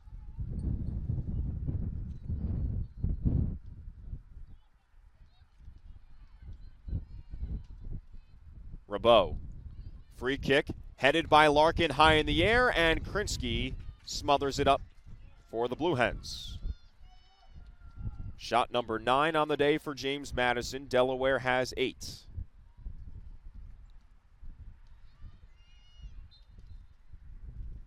Goes off the arm of Diffendahl, and JMU has a free kick. Dukes and Blue Hens did not play last season. In 2019, in the CAA semifinal, James Madison won that contest 3-2. Ebony Wiseman tying the game for James Madison with just 1:39 remaining. And then Sophie Browse scoring the game-winning goal in the 100th minute. JMU eventually losing to Hofstra in the conference final back in 2019. Iris Rabot, who was playing in her final game at Centera Park for James Madison, she tallied 3 assists in that contest against Delaware. Yeah, that's a good day. Oh, yeah. One of the best of her career. Here come the Blue Hens. Diffendahl with Munson defending. And Rachel Spiker is clearly offside, and the assistant referee hearing the urges from the crowd. And Brittany Munson sets up for the free kick for JMU. Blue Hens will make a substitution upon their next throw-in with Anna Sisson, a sophomore defender from Haymarket, Virginia. Fernandez Almagro feeling confident, but she loses the ball. Olivia Shuck gives it right back. But a throw-in now for the Blue Hens. 2 number 7s on the field with Anna Sisson and Sarah Gordon back on for Fernandez Almagro.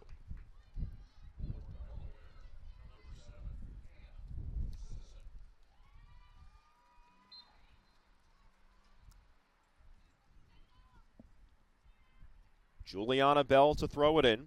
Sophomore defender from Westchester, Pennsylvania. Did not play last season. 12th game this year.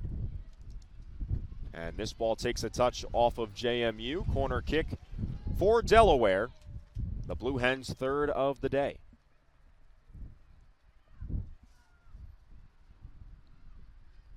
Reaching the midway point of the second half. We're so excited that you're joining us here on your Sunday afternoon. The final regular season game for James Madison and Delaware. Corey Spector with the former JMU women's soccer coach Dave Lombardo. Laura Fluge, the goal scorer, crosses it in beyond the back post and headed wide to the right side of Alexandra Blom.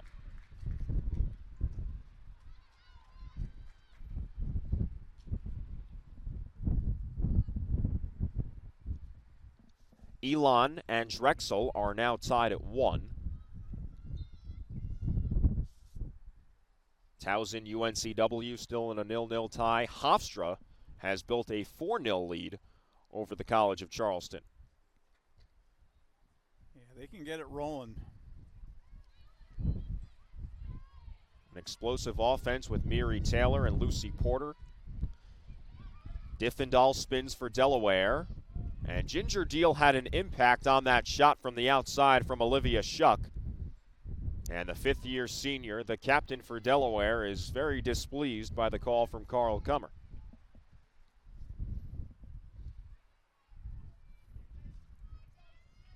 Shuck originally played center back for Delaware. Coming into this program, though, she was a midfielder.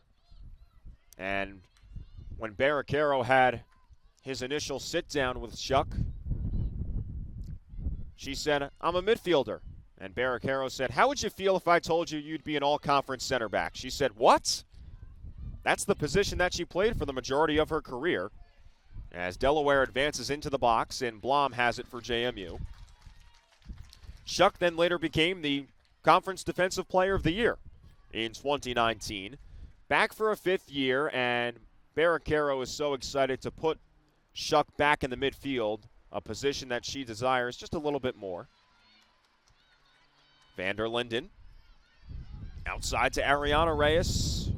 Defended on the outside by Juliana Bell. Reyes makes a move, turns it towards the right side. Varecchia in for Atanasi, but she is offside.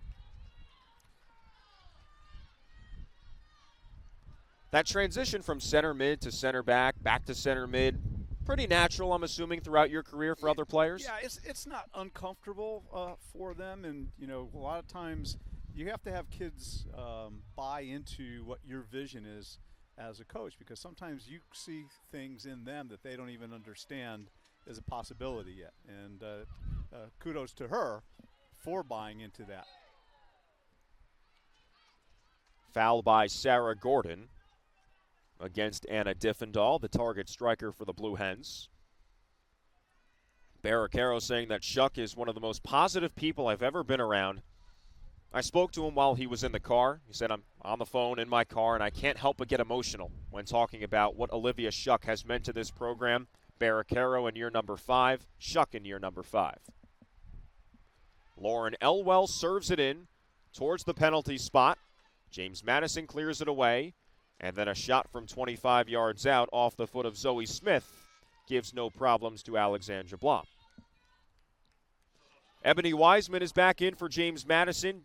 Damali Simon Ponte, the senior from Monmouth Junction, New Jersey, which is near Princeton, returns for Delaware.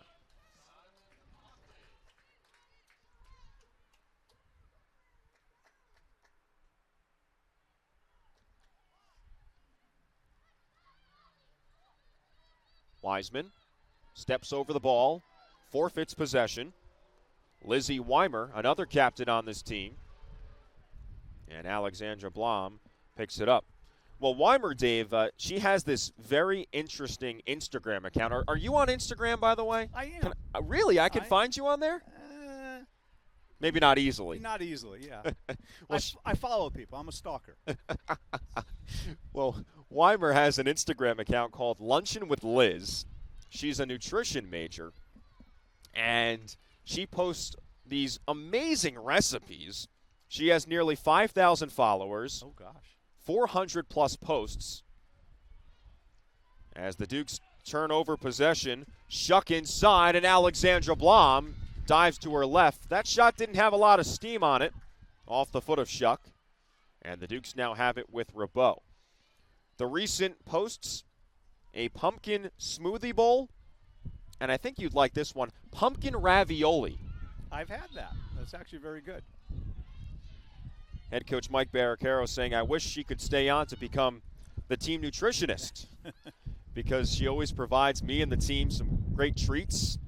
One of Barricaro's favorite things is a cookie snack bar that's not necessarily bad for you, apparently. I'm very excited to find out the recipe. Were you ever blessed over your 28 years here by a player who brought you some treats throughout the days, or not quite? Not so much the players, but we used to have, pre-COVID, we used to have all these tailgates after home games, so the parents used to bring some amazing stuff down all the time. So I'm hoping all of this can get back to normal pretty soon. No, but I had a lot of kids who couldn't boil water in the microwave, so I don't. I was that way in college. Yeah. It is Halloween, though, so I'd be remiss if I didn't ask you your favorite Halloween candy. I'm a Snickers kind of guy. Okay, keeping it simple. Yeah. Kit Kats myself. I knew it was Halloween today. I didn't know when I woke up, but I knew as soon as I put on the radio and I heard Thriller this morning. That's when I knew. That was like, oh, okay, it's Halloween. Yeah. Validation, right? Exactly. Iris Rabeau with a free kick. 16 minutes to go in regulation. We are tied at 1. Laura Fluge with the equalizing goal for Delaware. Rabeau places it in towards the back post, and Ginger Deal can't get a body part on it. And a goal kick for Lauren Krinsky. Hofstra now leading Charleston 5-0 in that contest. Skylar Kuzmich has not had to make a save in that game for the Pride.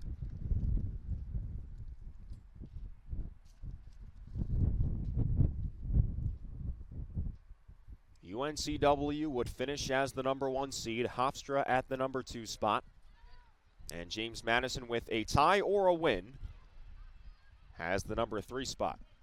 So that number 2 spot with Hofstra blowing out Charleston is really out of reach. Reyes. Yeah, and if I know Simon, he's really just trying to get his team in tune for next week. The champions of the conference, that being Hofstra from 2017 to 2019. Elon winning it last year, and that's why the conference tournament is down in North Carolina. Hannah Cowling returns for JMU. Iris Rabeau to take the corner as Ariana Reyes comes off for JMU. Set pieces, that's supposed to be James Madison's specialty. Rabeau to the back post. And nobody there for JMU. Dukes have only scored 2 goals off of corners this season. And I know the coaching staff for JMU would like a little bit more. Yep. They practice that basically every training session. Set pieces and especially corners. Wiseman finds a channel of space for Rabeau. Towards the inside, Rabeau shoots. It's shielded away by the defense of Lauren Elwell. Blue Hens have it back. Spiker turns it over. Oh, no, it took a deflection off of JMU. And the Blue Hens have a throw-in. Under 14 minutes to go in the second half.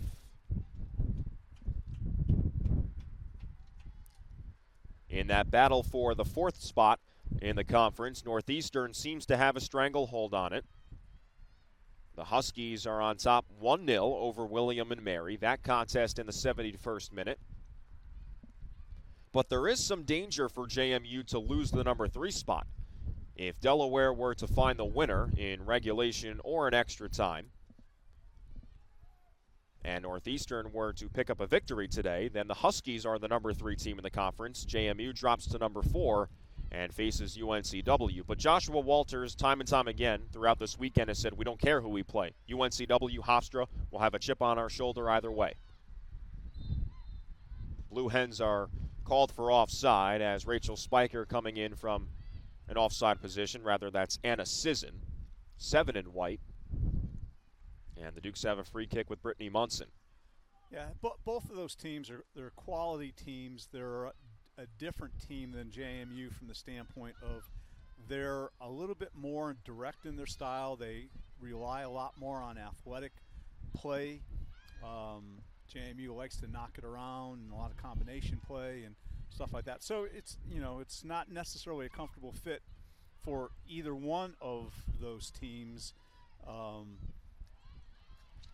And it's really which team can kind of assert their style of play in that game. If JMU can grab a hold of the ball and keep it pinging around, then that really plays to their strengths. If they're going to get into the ball's not on the ground a lot, we're going to have to find the second ball all the time. That's not what they're good at.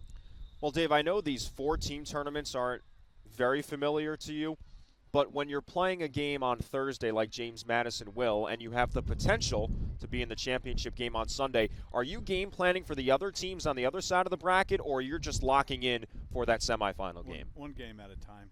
And again, I know it sounds cliche, but you can't go getting ready for the second game and then lose the first game because it doesn't matter.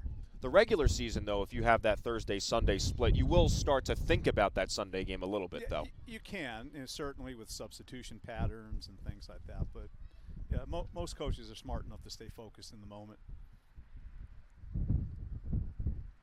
79th minute from Centera Park. A stalemate at 1 between these two. Pham to Rabot.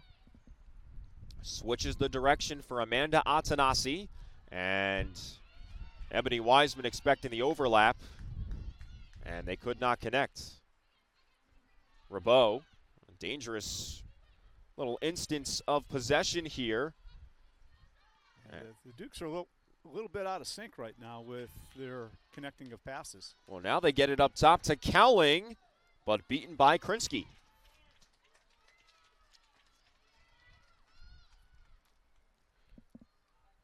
Cowling, who scored a goal against Delaware in the 2019 CAA semifinal 3-2 victory. She and Ebony Wiseman are tied for the James Madison lead with 4 goals this season. How have you seen Hannah Cowling's career evolve as it has gone on? Well, it's different coaches see things differently. I never imagined her as a forward. I had recruited her more as a defensive center midfielder, potentially a center back because of her size and ability to really play a physical game and play in the air. But Josh seems to find something in the offensive thing that he likes about it, and she's done well there. So it's just a matter of people seeing different things and kids responding to it. What I will say is the team is normally a different team whether she's on the field or she's not. She's not always the best player, but she's a very important player. Deal, shoots, and locates it in the right corner for James Madison. The 5th-year senior on Senior Day capitalizes, and JMU takes the lead. It's 2-1 Dukes. Real good poise by Ginger in this situation.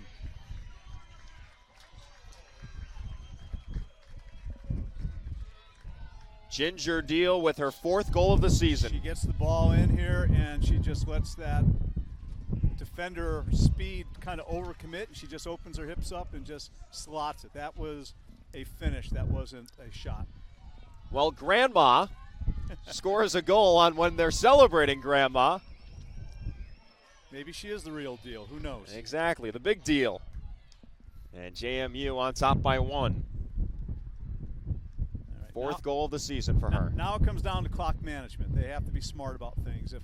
I think obviously Delaware is going to be pushing things forward, so they may catch them in transition, and you certainly don't pass up on breakaway opportunities. But they don't really need to find a 3rd goal. Just make sure that it's not 2-2.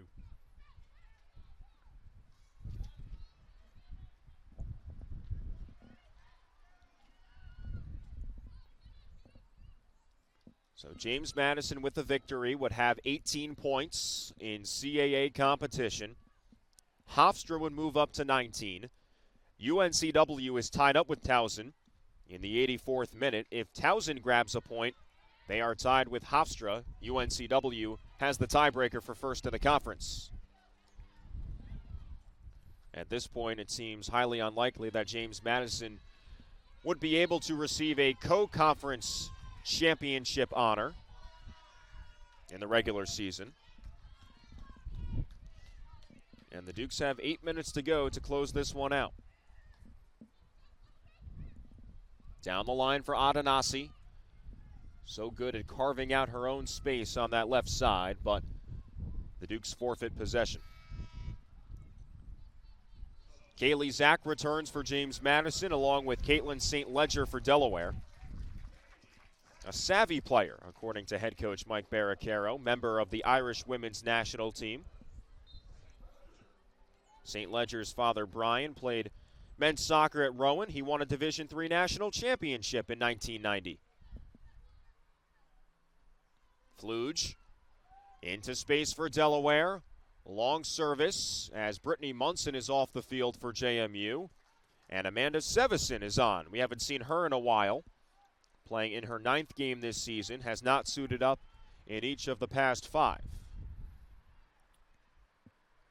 And Josh has substituted Lexi Vanderlinden out in favor of Kaylee Zack as a double 6 right now, with her and Iris Rabot sitting in as the defensive midfielders. So with Brittany Munson coming out, would you read this as it's the final game of the year, we've already clinched, let's give Sevison some important minutes right now to deal with in case that scenario pops up? Yeah, I don't know. You just want to try to get kids some opportunities that present themselves. But like I said before, this is still a meaningful game for positioning.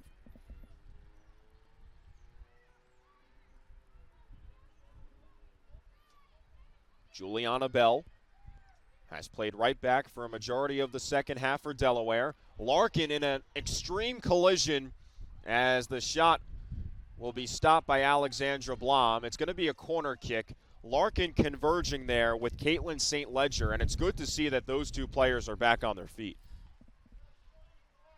Yeah, that was shoulder to shoulder, fortunately, and not head to head.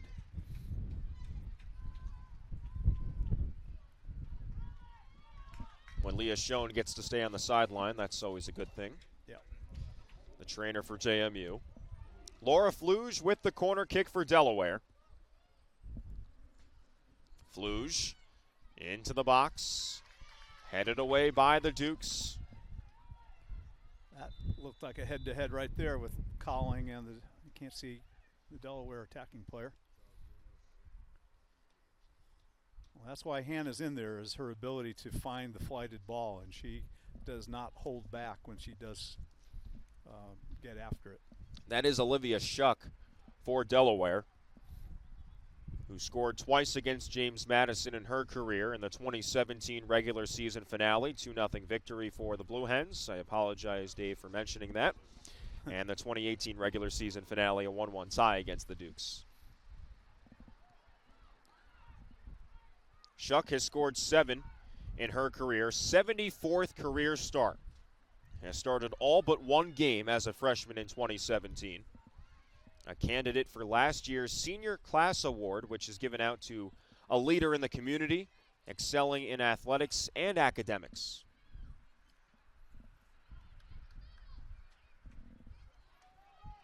Juliana Bell throws it in. 5.5 minutes to go. Dukes by 1. Off the goal by Ginger Deal. Rabot clears it away. Throw in for the Blue Hens. Hofstra's lead has increased to 6 over the College of Charleston. 84th minute in that contest. Dukes trying to hold on here. Elwell sprays it into the box. Alexandra Blom off her line, off one bounce. Takes it for JMU. Drexel and Elon remain tied at 1. Towson and UNCW tied in a 0-0 scoreline, and Northeastern leads William and Mary 1-0. Yeah, in this last 5 minutes, I fully expect Delaware to just be putting a lot of flighted balls into the box. So the Dukes are going to have to be on their toes and be able to be first to the ball and win that first ball and hopefully win that second ball. Delaware with just 1 goal today. The Blue Hens have scored just 14 all season. Entered today with the second fewest goals in the conference, only behind William and Mary, or only in front of William and Mary, the Tribe with 6 this season. Good to see Shuck back on the field. Lizzie Weimer is in as well. And Mike Barricaro not necessarily caring whether the Blue Hens leave with a 1-0 loss or a 2-0 loss. Got to put numbers forward here.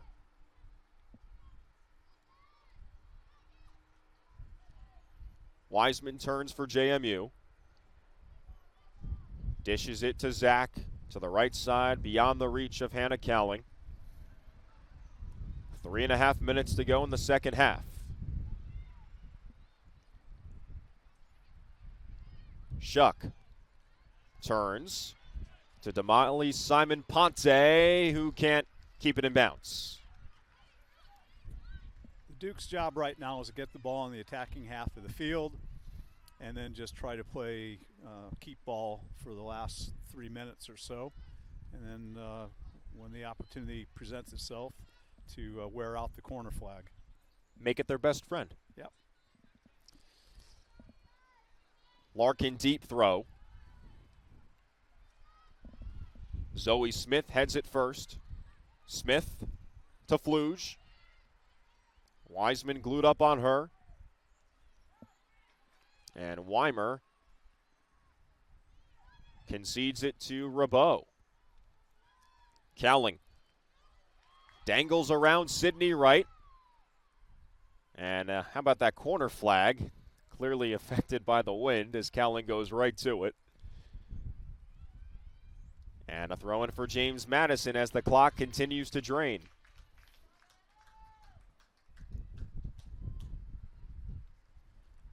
Yeah, they'll pass up on the big ball in the box and they'll just try to possess it. Deal. And a corner kick for JMU. And they'll keep it right there. Deal, fending off Elwell. That's why we put him in the weight room. Simon Ponte with under 2 minutes to go. Overlapping run by Juliana Bell. And a terrific defensive effort by Amanda Antanasi, not once but twice, but then she gives up the free kick. And Antanasi is down. Yeah, I think she kind of caught a ball in the stomach. Clock will stop. With about 1.5 minutes to go from Centera Park. Lauren Krinsky will come up to take this free kick as Atanasi stays down on one knee. And yeah, I think you're right, Dave. Perhaps the wind got knocked out of her quickly. Yep. Abby Maltese will replace her. The redshirt junior getting the final minutes of her career at Centera Park.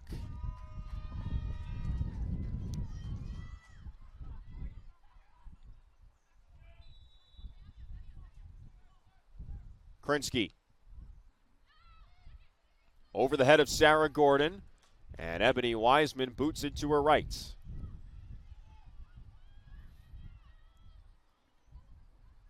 Isolation on the far side of the field for Mia Pham to defend.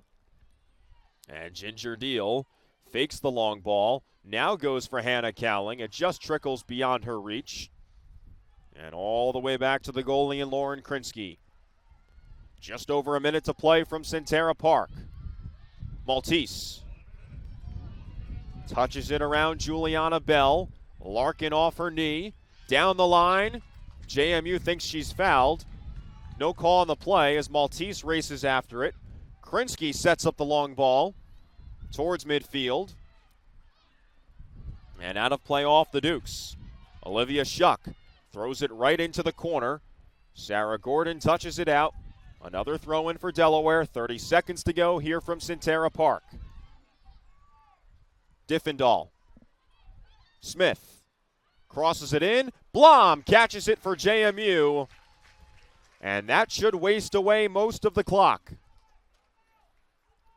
Alexandra Blom has made 6 saves today. Only Laura Fluge beat her. Off the foot of Deal. Rabot down the line, and that will conclude today's action from Centera Park as James Madison wins its 4th consecutive game, 2-1 over Delaware, and the Dukes are on to the CAA tournament, which begins on Thursday at Elon.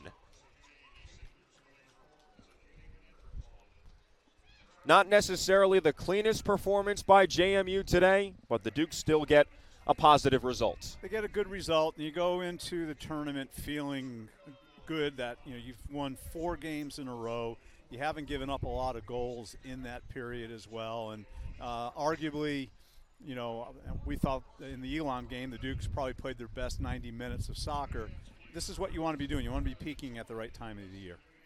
4 straight for Joshua Walters and company. James Madison improves to 6-3 in conference play, 18 points overall, as the Blue Hens conclude their season at 5-11-2, 2-5-2 in the CAA, and plenty of work to do for head coach Mike Barricaro as he continues to institute his culture into this program. All right, we'll step aside here from Centera Park. When we come back, we'll recap it all. You're watching CAA Soccer on Flow Sports.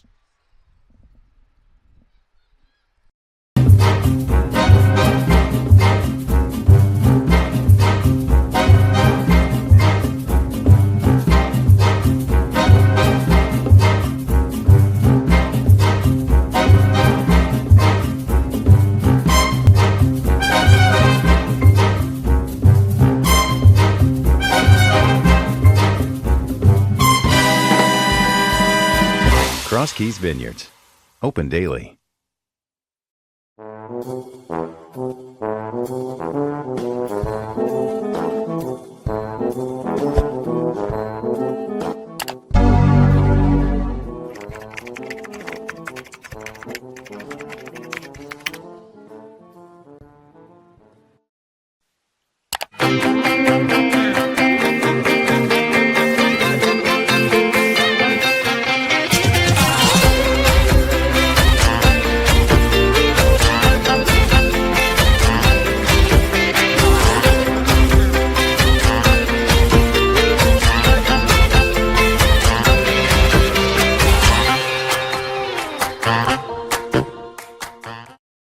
Do you own rental property but are tired of calls from tenants at all hours? Worn out by constantly searching for good tenants? Let Reiner Rentals manage your rentals so you can rest easy and maintain a profitable investment.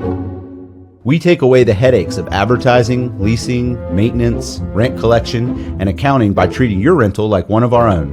Townhouses, condos, apartments, and unique student housing, Reiner Rentals manages them all. Because it's not just a rental, it's home. Want to feel better about your finances in these crazy times? Just take a deep breath and then count to 1. That's right, 1. Because if you can count to 1, you can remember Commonwealth One, your one source for free checking, auto loans, and home equity loans and mortgages. One punt, one pass, one kick equals your chance to win one big prize of $25,000 from Commonwealth One. Go to Commonwealth One, your one source for financial peace of mind. And after all, it shouldn't be that hard. Potbelly? Potbelly. Potbelly? Potbelly. Potbelly? Potbelly. Potbelly. Our staff is warmer than most places because we're standing so close to the oven. Potbelly. Potbelly. Potbelly? Potbelly. Back here at Centera Park, Corey Spector with Dave Lombardo. JMU victorious over Delaware, 2-1, as the Dukes move on to the CAA tournament at Elon beginning on Thursday in the conference semifinal. And Dave, a game that I think Joshua Walters would classify as perhaps a little sloppy, but the Dukes get the result that they so desired. Yeah, it's a win is a win right now, and there's no pictures on the scorecard. So right now the kids did what they needed to do today, and they're going to get ready, start training this week to go down there and give it their best shot. Yeah, this game certainly evened out as it continued. Both teams tied in shots on goal.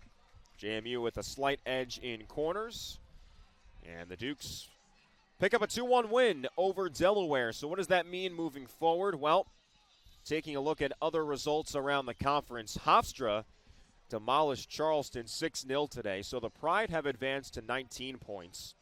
UNCW is now in extra time with Towson, and if the Seahawks were to lose that game against the Tigers, then Hofstra would be the champions in the CAA. And in fact, just as I say that, Dave, UNCW has picked up the winner over Towson. So the Seahawks are the champions in the CAA. They advance up to 21 points. Hofstra, with a win, moves up to 19 points. James Madison, with its win today, moves up to 18 points. And Northeastern, with a win today, has clinched the number 4 spot. So UNCW, Hofstra, James Madison, Northeastern, those are the 4 teams that we will see in the CAA tournament beginning on Thursday. Just from those 4 teams. 2 plays 3. Yeah. That's how that goes. So. Yep, so James Madison has Hofstra to play with. And I think they'd be excited about that. It was a game that JMU led earlier this year, 1-0. Sure. Hofstra came back with a 2-1 win from your memory and your observation from that game. You know, what do the Dukes have to game plan for against the Pride? Well, you know, like I said before, they're a lot more direct. They rely on individual talent. They've got a couple of really strong goal scorers for them, but they cannot get into that direct style of play. Hofstra's good at it. They like to do it, and the Dukes are going to have to get the ball on the floor and play it as much around them as they can. So UNCW, the number 1 seed, takes on the number 4 seed Northeastern. Hofstra, the 2 seed, against JMU, the 3 seed. All the action from Elon will be on Flow Sports as the conference tournament down to 4 teams for the second consecutive year, but 4 really good teams in this conference battling it out for an automatic bid into the NCAA tournament. The final score today, James Madison 2, Delaware 1.